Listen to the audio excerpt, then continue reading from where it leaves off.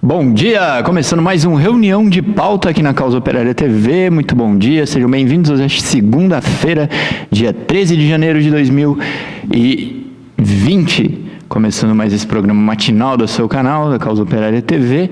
Nós tivemos um probleminha aqui no estúdio do YouTube, que está ainda misteriosamente com erro no site lá da transmissão ao vivo, mas nós conseguimos burlar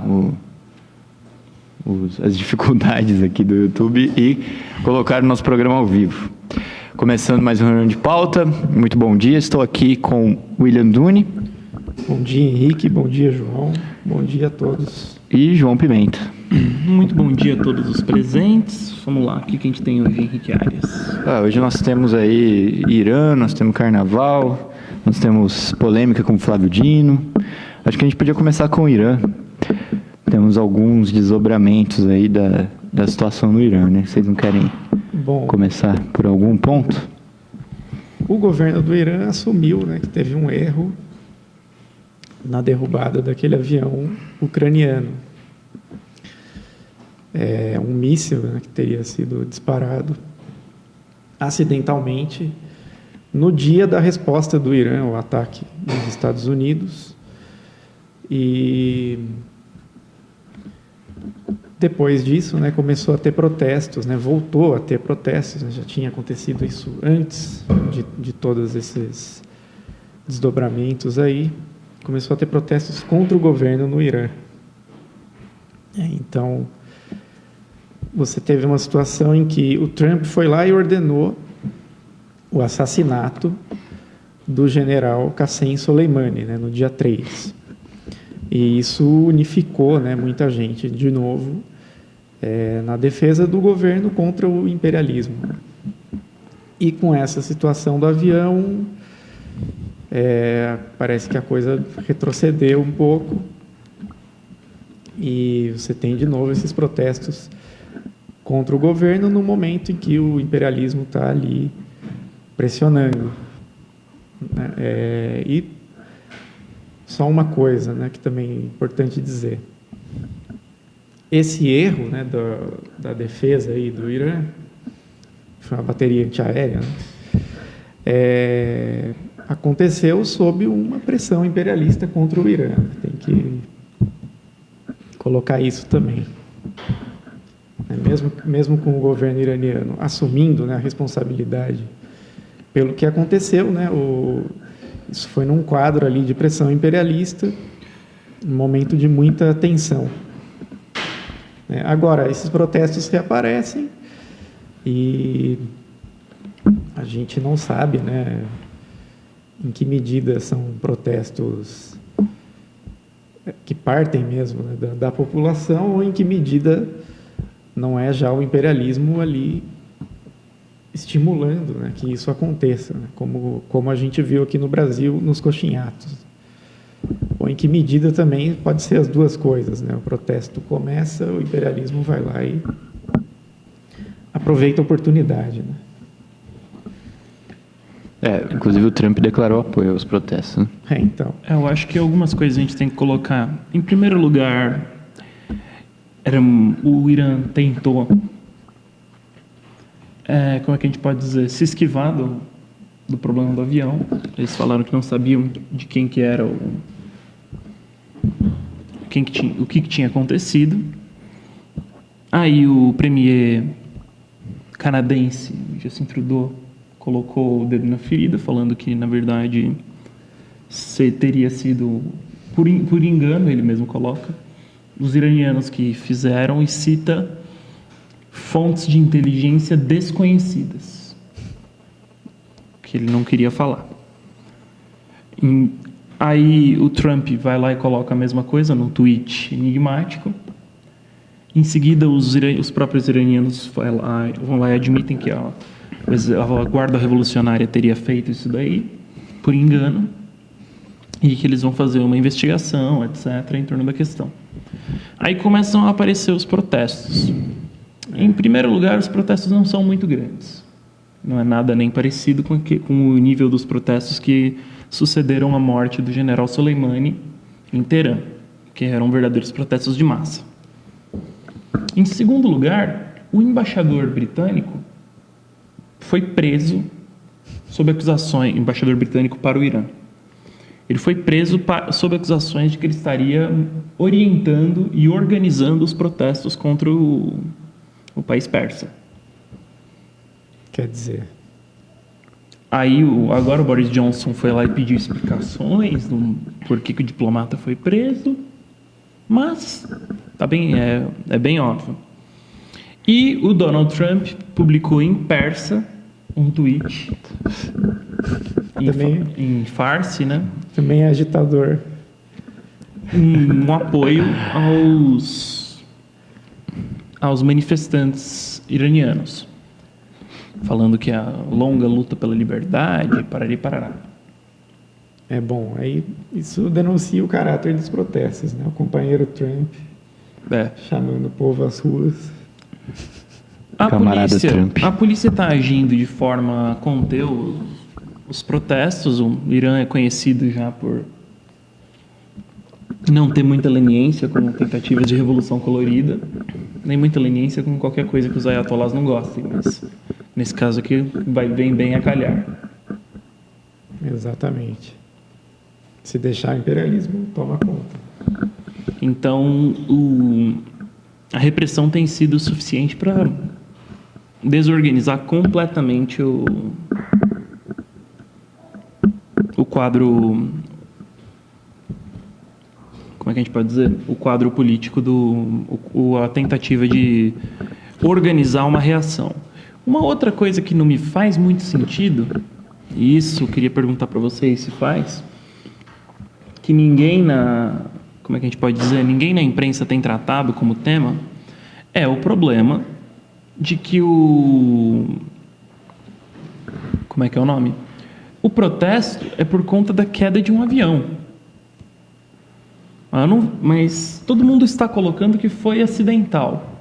O Irã claramente não tem interesse nenhum em derrubar um avião ucraniano. Não tem luta contra a Ucrânia nesse momento. Ninguém levantou a hipótese de que a derrubada do avião seja maliciosa, nem mesmo os Estados Unidos, que estão praticamente em guerra com o Irã. Se não é malicioso, é acidental. Se é acidental, você está protestando contra o que exatamente? E repetindo, né, um acidente que acontece sob pressão do imperialismo. Num momento em que, inclusive uma coisa que a gente tem que entender, o avião caiu, foi praticamente no mesmo dia em que o Irã fez o lançamento de mísseis contra o Iraque. Uma situação muito tensa. Exatamente. Não sabiam qual seria a resposta. É uma situação assim que você tem que ser um pouco idiota para acreditar Aí o túmulo do Soleimani. Mas é isso. Eu acho que, em primeiro lugar, os manifestantes estão manifestando contra algo que não existe. Qual que seria o crime? Acertar por acidente um avião? Tá, pode ser o crime de um cara, um funcionário, mas não, dificilmente pode ser classificado como crime de Estado. A não ser que você mostrasse que é uma política sistemática. Agora, no meio de uma zona de guerra, um avião comercial tomar um tiro, não sei, parece para mim algo bem natural. Pode ser ruim, etc. Foram 179 pessoas que morreram, a maior parte delas Iranianas mesmo, né? iranianas, algumas canadenses. Não, iranianas não, ucranianas. Ucranianas? O avião estava voltando para a Ucrânia. Alguns canadenses, pelo que eu entendi. Mas é isso, não tem segredo. Claramente, os protestos vêm em seguida da tentativa dos Estados Unidos de de acuar o regime dos ayatollahs com o assassinato do Soleimani, mas não... Depois que eles recuaram militarmente, que eles viram que eles iam ter que entrar numa guerra aberta com o Irã, e isso daí não era do interesse deles, eles foram para a política de sanções. E a política é acompanhada agora de uma tentativa de protestos golpistas dentro do Irã. Uma manobra bem conhecida aqui dos brasileiros. Né? Exatamente. Isso aí. Bom, vamos passando, gente. Continua no Oriente Médio? Pode ser? Obviamente. Hezbollah? É o Hezbollah, né? No domingo eles declararam que é hora de se vingar do assassinato do Qassem Soleimani. É o Hezbollah que foi criado, né, pela Guarda Revolucionária Islâmica. Faz parte do que chamam de eixo de resistência, né? É um grupo do Líbano, xiita. E uma demonstração, né, de que com essa ação do Trump eles vão estimular reações aí dos grupos militantes, grupos armados em todo o Oriente Médio, né? Tem declarações desse tipo em todos os países, ali, né? Iêmen, Síria, Iraque, né? No próprio dia 3, no dia do assassinato, o al-Sadr reativou as milícias Mahdi no Iraque, né? Agora vem essa declaração aí do Hezbollah, né? Tudo indica que eles vão aí para um confronto com o imperialismo na região, né? E eles sempre relembram, né, que o objetivo é tirar os Estados Unidos do Oriente Médio, né? Repetindo uma coisa que o próprio regime iraniano declara também, pública e abertamente, né? Que seu objetivo é expulsar os norte-americanos do Oriente Médio, acabar com essa ocupação. E a ação do Trump acabou estimulando essa reação.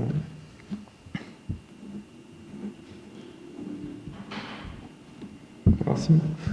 Bom, próximo internacional, rapidamente, um terremoto aqui. É a proibição, que depois eles voltaram atrás do governo boliviano, governo golpista, de usar vestimentas indígenas. Né? É meio que... são essas coisas meio bolsonaristas, né? Eles impedem um negócio muito absurdo, aí eles dão uma recuada, né? Exatamente, bem lembrado. Eles ficam nessa, né? Faz um negócio absurdo e volta, né? Eles iam proibir vestimenta indígena em cerimoniais. E, bom, Bolívia é quase todo mundo indígena. É. E aí mostra bem o caráter aí desses golpistas usando aí o racismo, né? A favor da repressão, para esmagar a população depois de um golpe de direita. Lembrando que está aí a Jeanine Áñez, né, que assumiu a presidência numa sessão esvaziada do parlamento, né, de forma ilegal, fraudulenta. Peraí, mantém a foto aí, volta a foto, produção. Só um comentário, né? Será que ela é indígena? Não é isso que eu ia comentar. Não? O Duni falou uma coisa importante. Eles estão agora numa política de proibir vestimenta indígena, mas é importante lembrar que a Bolívia é o estado plurinacional da Bolívia. Pelo menos por enquanto. Até mudarem a Constituição. O que significa que ele é um estado com múltiplas nacionalidades. Isso acontece por conta do movimento indígena, que são denominações nacionais diferentes. E a própria foto que mostra aí a Jeanine Áñez tomando posse, você vê que tem duas bandeiras. De um lado, do lado esquerdo, A tradicional. você pode ver a bandeira, o escudo da Bolívia.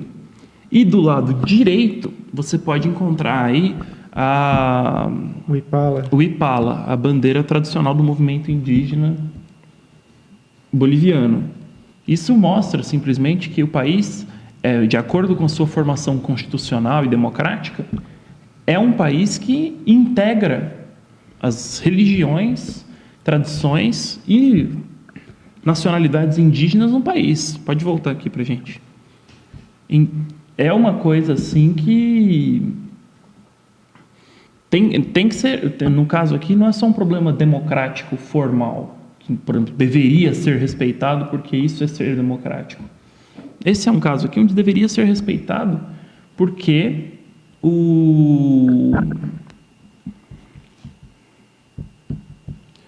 como é que eu posso dizer? Porque está colocado na Constituição deles.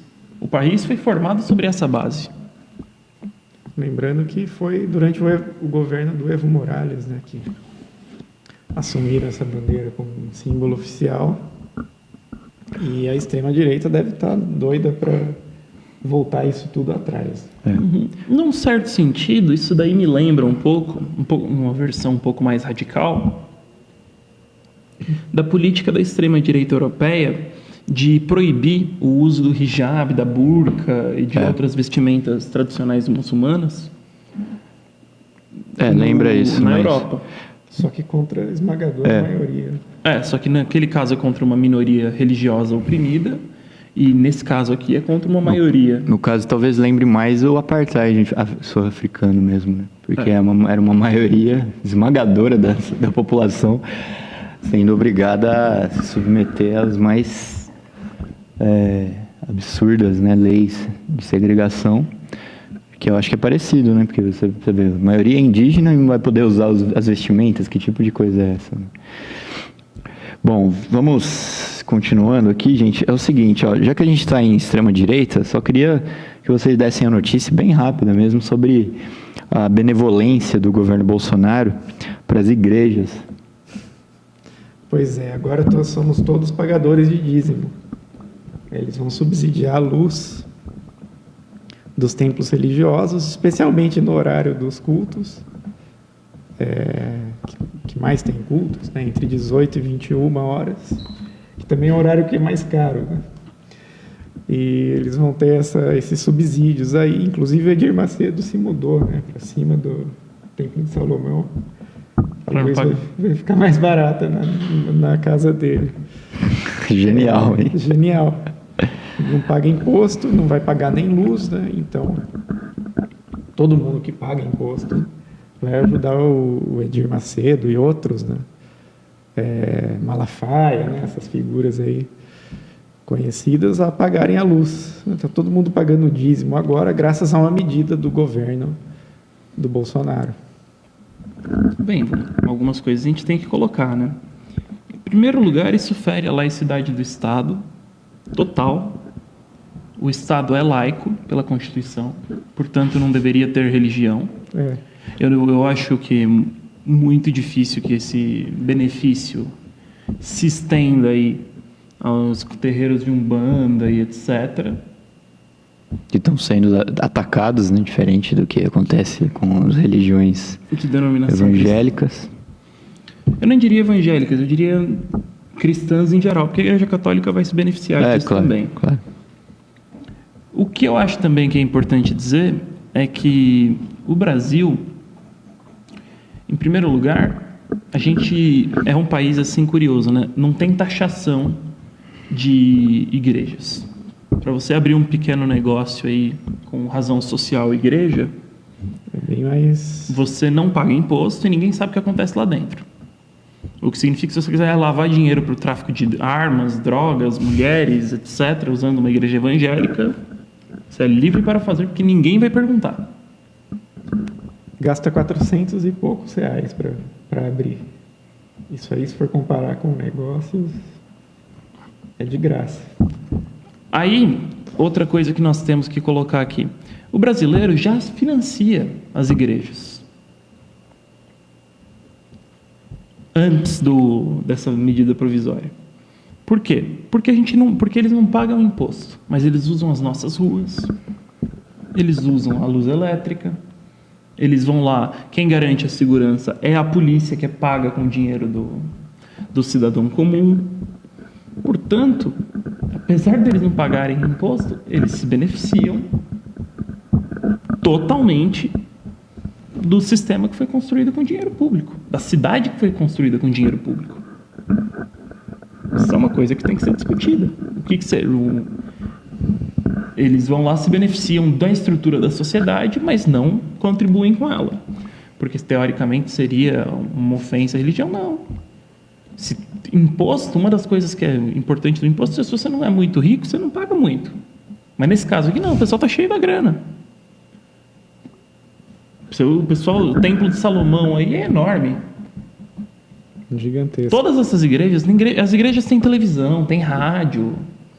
É uma loucura. Teria que taxar todo mundo. Não só não deveria dar... Eu acho que assim, tem muita gente no Brasil que precisa de subsídio para pagar a conta de luz. Vamos falar a verdade, a conta de luz é cara, muita gente tem pouco dinheiro, tem 12 milhões de desempregados. Aí, esses daí vão ter que pagar a conta de luz, por algum motivo que eu não consigo entender qual que é. Agora, as igrejas evangélicas, não, essas daí não pagam. Isso daí é uma manobra do Bolsonaro para fazer um apelo aí à base social dele, que é composta em partes por militantes aí da causa evangélica. Saiu inclusive uma pesquisa, né? A diferença a favor do Bolsonaro entre evangélicos era bem maior do que em outras religiões. Né? Então, Queria só agradecer a Daisy pelo super sticker que ela mandou no comecinho do programa, muito obrigado. E eu queria falar da Universidade de Férias. Nós estamos aí há menos de uma semana da Universidade de Férias, que começa na próxima sexta, dia 17 de janeiro, e vai até o dia 25 de janeiro. Com o curso Fascismo, o que é e como combatê-lo, parte 2, dado pelo companheiro Rui Costa Pimenta. Chegou a hora de você vir aqui para São Paulo e participar desse curso, que é o mais tradicional de formação política da esquerda brasileira. Participar com a gente do curso, que vai ser em Ibiúna, aqui pertinho da capital, a 1 hora e pouco da capital de São Paulo. Você assiste o curso, você participa com a gente das atividades de lazer lá na Universidade de Férias, tem piscina, tem futebol, tem palestras culturais, tem filmes, tem muita conversa, muita diversão, comida. Uma atividade imperdível. E aí eu queria chamar o vídeo, né, se a produção tiver, o vídeo aí de propaganda da 45ª Universidade de Férias do PCO e da Aliança da Juventude Revolucionária. Solta.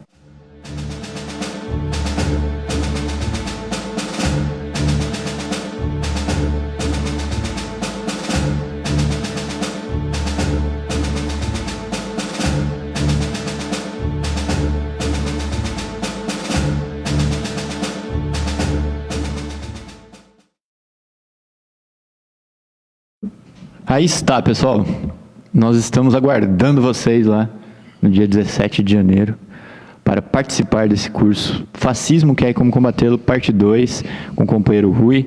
Você também pode assinar o nosso site da Universidade Marxista e ter acesso aí a muito material, apostila, vídeos, áudios, verbetes com os temas centrais aí do curso, textos traduzidos, inéditos, textos também que não são traduzidos, mas que estão lá para ajudar na compreensão do curso. A Universidade Marxista é um site, é um projeto, na verdade, né, que está sendo colocado em prática aí pelo PCO, para que a gente tenha, a cada curso que nós vamos organizar, serão 4 cursos por ano. Pelo menos 4 cursos, exatamente, pelo menos 4 cursos por ano. Nós tenhamos aí um vasto acervo, né, dos materiais, aí, dos temas, dos cursos. E aí você assina, e tem acesso a esses materiais e contribui ainda com a gente. As aulas do curso serão transmitidas ao vivo, né, para todo mundo que quiser assistir na Causa Operária TV, caso a pessoa não possa estar presente, mas os materiais do curso serão cobrados, que é uma maneira aí da gente conseguir também financiar toda essa estrutura aí que a gente está colocando em prática para garantir o curso da Universidade de Férias. Bom, vamos para o nosso último tema. É o seguinte, a gente está falando desde o início do ano, desde os primeiros dias do ano. O Carnaval tem tudo para ser um momento de luta política, mais do que já foi o ano passado, e ao mesmo tempo a repressão da polícia e dos bolsonaristas tende também a aumentar contra o povo na rua. A direita não quer o povo na rua, não quer manifestação espontânea, nem mesmo quando é carnaval, porque sabe que qualquer aglomeração de pessoas na rua, principalmente se for uma aglomeração popular, acaba se tornando um protesto contra o governo. Bom, o Carnaval do Rio de Janeiro foi aberto oficialmente ontem. Tentaram primeiro censurar o bloco da Favorita, que é quem ia abrir o Carnaval. Tentaram censurar com a velha desculpa de que eles não tinham avisado a PM com 70 dias de antecedência, como se a PM, o governo não soubesse que teria carnaval lá, que é o próprio, de uma certa maneira, a própria prefeitura, o próprio estado que organiza isso daí. Né? Tem essa ainda. Bom, tentaram censurar com essa desculpa, não conseguiram. Aí a polícia foi para o plano B, que era o seguinte: faz e a gente mete porrada depois. E foi o que aconteceu ontem. A polícia sentou o cacete no pessoal que estava lá se divertindo em Copacabana, no Carnaval. Cenas grotescas. Né? Cenas grotescas. Bomba de gás na praia, na areia. Enquanto o pessoal se dispersava, né, já depois do final do evento. Bom, sentido político que você comentou já, né? A direita, se pudesse, como já fez, né, em vários regimes aí pelo mundo, eles proíbem reuniões de mais de 3 pessoas, porque a tendência é que se o pessoal começar a conversar ali, vai ser contra o governo. Então, no Carnaval, isso vira, né, aqueles coros que a gente viu no ano passado, né, de Ei Bolsonaro. Exatamente. Né, entre outras... Hit do Carnaval do ano passado deve ser repetido esse ano, né? Vai ser Bolsonaro. repetido certamente esse ano. E a repressão também já começou, né? Para tentar esmagar esse... É um exemplo, né, em miniatura do que eles querem fazer em geral, né? Que é reprimir a reação popular às políticas desse governo. E no Carnaval eles já estão treinando aí. Uhum. Esse aí já é um prelúdio, né? Estamos em 13 de janeiro e já rolou pancadaria no Carnaval. O Carnaval que começa oficialmente dia 25 de fevereiro. Quer dizer, tem tempo ainda, hein? Para bastante... Primeiro evento do Carnaval. Bastante abuso aí. Já gás. Já gás. Bem, posso dar uma notícia rápida para encerrar o programa? Sim. Acompanhando aqui o resultado do Oscar, que acabou de publicar os seus nomeados, está publicando nesse exato minuto os concorrentes. O Globo de Ouro já indicou rapidamente uma tendência à vitória dos filmes dos grandes estúdios contra os filmes dos serviços de streaming. O Irlandês, do Martin Scorsese, por exemplo, foi nomeado, mas não conseguiu nada, que é muito estranho, para dizer o mínimo. Mas o interessante não é isso. O interessante é sobre a nossa querida pátria brasileira. Ela está representada no Oscar e dessa vez numa categoria que não é o melhor filme estrangeiro. Curioso, né? Curioso. O documentário da diretora Petra Costa, Democracia em Vertigem, sobre o golpe de 2016 e a prisão do Lula, está nomeado aí para concorrer à categoria de melhor documentário. Não estrangeiro. Não estrangeiro, geral. Interessante. Muito interessante o documentário Democracia em Vertigem, com críticas que nós podemos fazer às questões políticas. É uma produção impressionante, uma coisa que a gente tem que colocar muito bem feita em termos de trilha, em termos de montagem. A narração é muito interessante. Conta a história toda do problema do golpe. Passa pela prisão do Lula. E está nomeado como Possível vencedor do Oscar. Acho que difícil que chegue a esse ponto, mas só de ter o nomeado numa categoria que não é Filme estrangeiro. que em geral no Oscar não se ganha, estrangeiro não ganha Oscar, só filme estrangeiro que é o Oscar dos estrangeiros. Exatamente, por isso que tem, né? Separado, assim, pro pessoal. Tipo uma consolação, assim. Isso aí. Bom, é isso. Então, quem não assistiu, pode assistir. Isso é fácil de ver. Tá aí nos serviços de streaming. Você pode assistir. Eu recomendo, até por uma questão de curiosidade geral. Não assino embaixo, mas recomendo. Longe disso, né? Mas é interessante ver. Bom, terminando aqui o Reunião de Pauta, amanhã a gente está de volta às 9h30 da manhã. Só lembrando, a programação da Causa Operária TV, hoje tem 12h15 Panorama Brasil, e à 1h da tarde tem um programa Marxismo com o companheiro Rui Costa Pimenta, então fiquem de olho aí, a gente volta a se encontrar lá no programa Marxismo às 13 horas. Depois nós temos o Tição, programa de preto, às 19 horas, tá aqui o Tição, né? E, inclusive, a companheira Isa está falando que eles vão discutir a questão do carnaval aqui no chat. E às 8h30 da noite o dia termina com o resumo do dia. É isso. É isso aí. Então, até amanhã. Até amanhã, pessoal. Mais uma Reunião de Pauta.